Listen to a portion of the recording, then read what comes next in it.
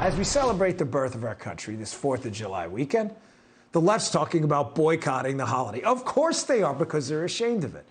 It's like they want to use this weekend to mourn and moan and point out all the things they think are so terrible about America, especially after the Supreme Court rulings.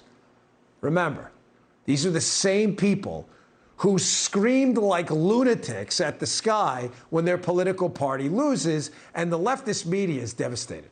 This is not about just abortion. This is about power and control. And it is about wanting to control every aspect of American life. And the state of Americans' women's rights are being really looked at, not just by the rest of the West as these meetings are happening, but by the rest of the world. You think the Taliban are going to actually say, oh, yeah, we're going to adhere to what you tell us for recognition based on what, you know, on what we do about women? If you want rights in this country under this conservative Supreme Court, you better be a cis hetero white man or an Uzi, because those are the two things that this court believes have rights. What? But do we really expect any different? Even our own president, he has no issue whatsoever ripping our country while overseas. The one thing that has been destabilizing is the outrageous behavior of the Supreme Court of the United States in overruling not only Roe v. Wade, but essentially challenging the right to privacy. We've been a leader in the world in terms of personal rights and privacy rights, and it is a mistake, in my view, for the Supreme Court to do what it did. Nah, that's not really a sign of a great president, is it?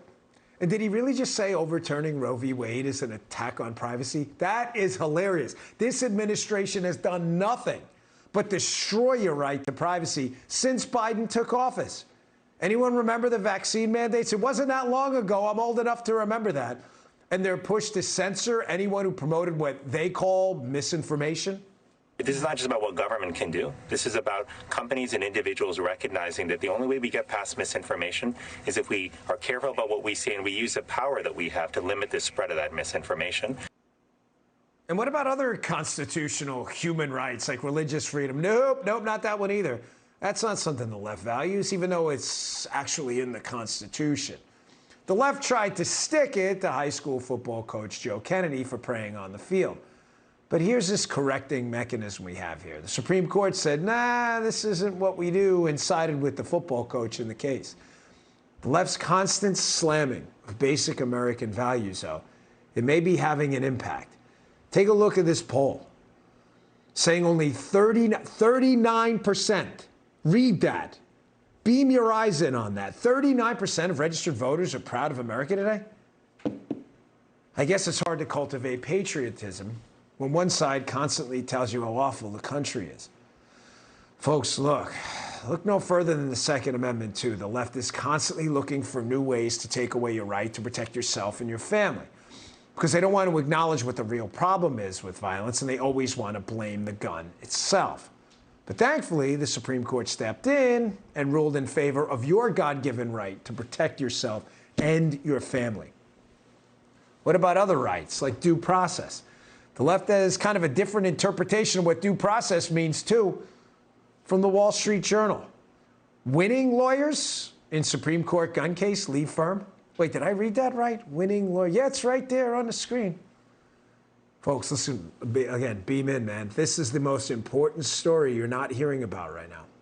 As it turns out, those lawyers are leaving because their former firm is refusing to take any more Second Amendment cases.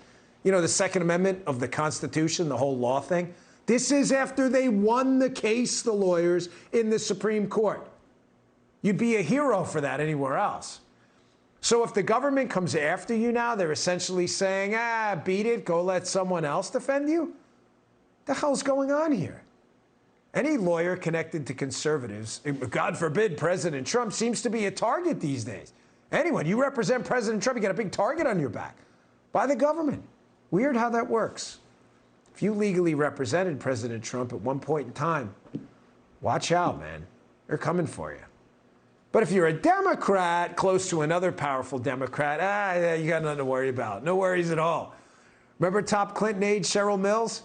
She was given immunity in the FBI's email probe. Remember that, Jim? That was just great. Folks, listen. Even the worst pedophile, child rapists, serial killers in society who wind up getting hundreds of years in prison. They get constitutional legal representation. That's what we do here. Your right to unbiased, proper legal representation in this country is under direct threat, especially if you're a prominent conservative.